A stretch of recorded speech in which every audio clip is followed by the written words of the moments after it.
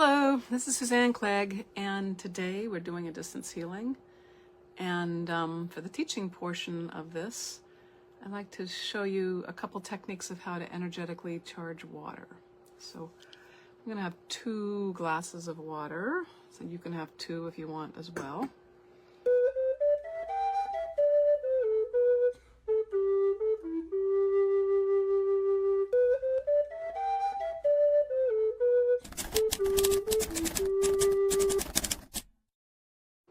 There's lots of ways to do energy medicine, right? And one of them with distance healing is you can actually send people energetically charged substances.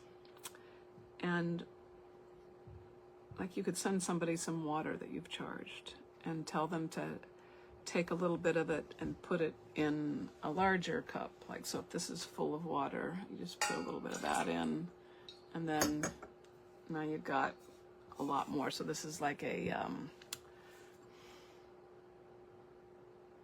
stock that you just take little bits out at a time. And so that's just a way to do this. But let's talk about this a little bit more. So I charge cotton and I send it to people just because it's lightweight, and I just got in the habit of doing that. It seems nice to do it that way. I feels comforting to put the cotton on a tumor, and people's pain goes away, and it's very comforting, and perhaps more than just comforting. But water is something you can do for yourself. Well, you can also do cotton for yourself, but water has its own special qualities. The thing that cotton and water have in similar is that they're both kind of like not very formed, right? So it's not like a crystal that's a certain shape. It's water wiggles, all right? Okay, so we're going to do 2 different methods of charging the water, so that's why 2 glasses of water. One is like a standard magical or prayerful way, and the other is the Bengston way. And there's just different ways. They all work, and you have personal preferences, and like the one that you do is probably better than the one that you don't do. And a true virtuoso in energy healing will know which to use, which situation calls for which type of charged water, because they're different. They both work, but they work differently. So it's nice to know that there's a little bit of different. Okay, so a little bit of theory, not like placebo double-blind controlled studies, although if you have that, I would love to have you share it. But I just want to talk like more experiential. Objects take on or hold the astral energies around them. The astral meaning the emotions and the images that are infused into them.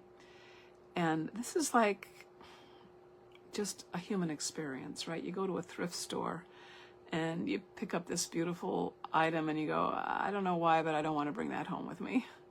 And I mean, you do know why. It has got some bad juju on there, and you think, oh, I can put it out in the sun, but it never quite feels the same. I would suggest that you're picking up on some negativity or something about what that object has been through that you don't want to have anything to do with.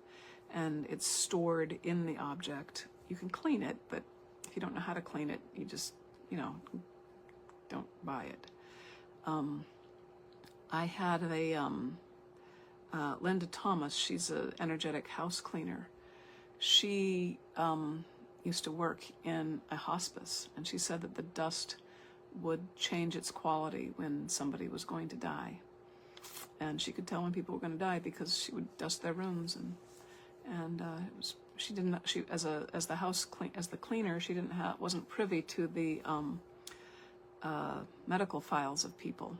But she says she got pretty good. She could tell when things were going to happen because the dust would actually change its quality. I've actually do that with my patients. I've had them,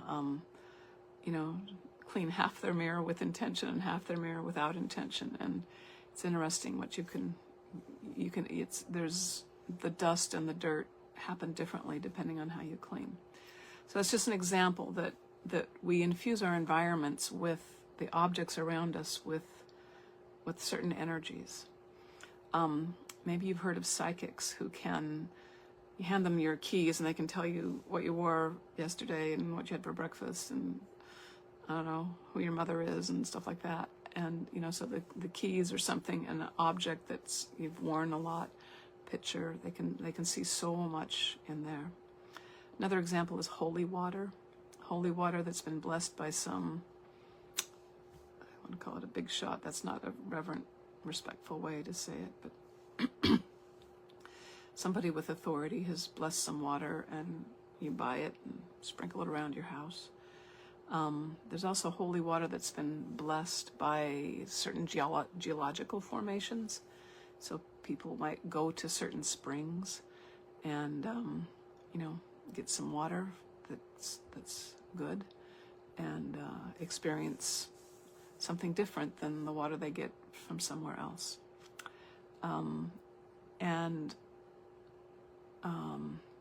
I know, like I traveled in my van for 5 years, and I would go to certain places, and I would go to temples where lots of people had been, and I could almost tell, well, I could tell, not almost, it was very obvious to me, the energy that had been taken, that the temple had taken on by so many people coming to it, and saying prayers or whatever, whatever the temple was doing. Sacred sites, the same thing. I did a lot of, rock climbing in the desert and looking at sacred sites of in the Southwest, and being able to talk to the rocks. That's one of my things I can do, and just feeling the eons of time of not just people but animals respecting the geological formations and how they were, the spires and the cathedral-like rock formations were actually different than the pebbles on the ground. They held a certain energy. It wasn't just me projecting. There was something objective about it. All right, so that just kind of, hopefully you've got your water now. So we're going to do, you say all you need is some water in a cup or a bottle in your hands, and we're going to do 2 different methods. So this first way is what I call the magical way, or the prayerful way, which is not the same thing, but you can decide how you want to do it. So take your glass of water and hold it so that the palm of your hand circles where the water is. So you don't want to hold it with your fingertips, okay? All right, and this is just an acupuncture move that I know. I know that the palm of the hand is pretty good at doing this. All right, good. And now taste the water as a baseline. All right. And now you can do something as simple as saying grace, like asking God to bless this water for your healing. So I'll pause while you do that.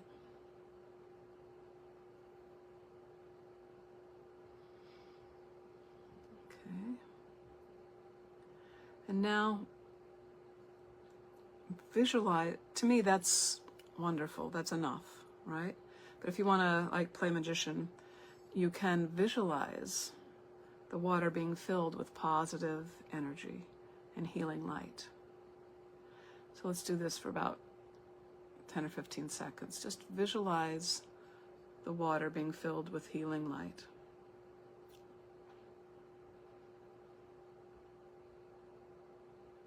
Open your heart.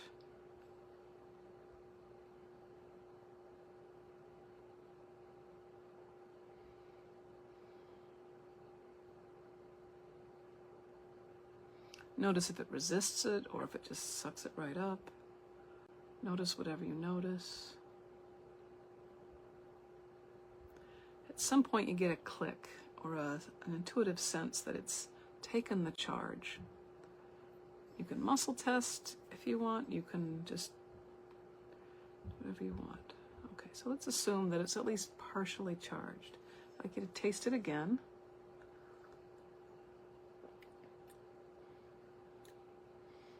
And notice if it tastes a little different. Mine tastes a little different. Okay. Now there's more ways to do this. Some people they have relationships with crystals, and so they've communed and made friends with a certain crystal, and they'll put the crystal inside the water and ask the crystal to infuse the water with healing energy. Some people will put herbs, or just homeopathy is, it's just like water carries information. Okay, so there's like, this is like the tip of the iceberg of how to do that. Like, okay, good. You can write affirmations on the water and let it sit there. Some people do that. Okay. And then a way to test it would be to take some rice in 2 bowls, so 2 identical bowls with lids, like Pyrex glass jars, that have been cleaned similarly. Take the same batch of rice and pour this water over one bowl and pour water that hasn't been blessed or charged with healing on the other. And then you watch the rice spoil, and you just check on it every day, and there will probably be a difference. So you can play with that, and if you do, let me know in the group how that goes. Okay, so that was the first way. So now let's do the second way, which is the Bengston Method. And to do the Bengston Method, you have to kind of know the Bengston Method. And if you're here because you stumbled upon Facebook, I've been using the Bengston Method since about 2009.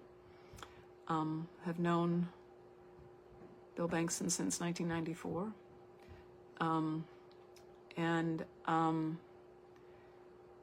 Anyway, charging water the Bengston way is a little different because we're not putting anything into the water. We're not even like the prayer of God bless the water. That's almost too active for the Bengston Method. The Bengston Method, we hold the water, we start spinning, and then we look around the room and mind our own business and talk about something else. All right? We don't focus on healing it. We don't focus on infusing it with love and light. I'm not saying that there's anything wrong with infusing water with love and light, but that's just not the Bengston Method. Okay? And the Bengston Method works sometimes in ways that the other methods don't, and vice versa. Okay, good. Now what you can notice is you can notice it filling up with light, because you do have a fleeting intention to charge the water with healing. But you're not focused on it. So I've got my other computer monitor, I've got my Post-its, I've got the screen, being aware of my clothing, I can hear the fan, and I'm cycling. All right, so I'm just in the here and now. Oh, I forgot to have us taste it. All right, I can tell other ways. Maybe you can tell other ways too. All right, so here we are, cycling, cycling, cycling. All right, good. Now what I'd like you to do is keep holding the water and keep cycling while we do the guided visualization, while we do the group healing. All right? And that'll be a wonderful distraction so that you're not staring and trying to bless the water. You're just spinning and holding. And if you let me, with your permission, I'm cycling right now. And if you're holding the water, it's like a distance healing on the water. Okay, so it's being infused not only with your cycling, but mine and in everybody else, the whole groups. Okay, great. So now let's tune in to each other. And if you are watching this on YouTube, you can join us in the Facebook Live. We're going to go into the more private part of this. Everybody's welcome, but kind of have to pass through the Facebook portal. Okay.